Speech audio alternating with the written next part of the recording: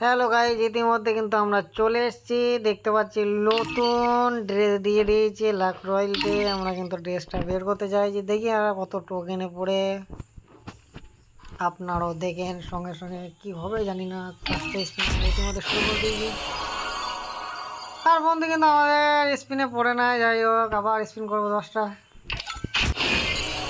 আবার পড়ে নাই। আর একবার করে দেখবো, যদি পড়ে ভালো, না পড়ে না ভালো।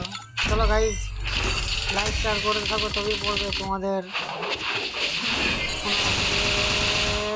পড়ে নাই গাইজ, জানি না পড়বে কিনা। চলো আবার 10 মিনিট ইতিমধ্যে করে দিয়েছি।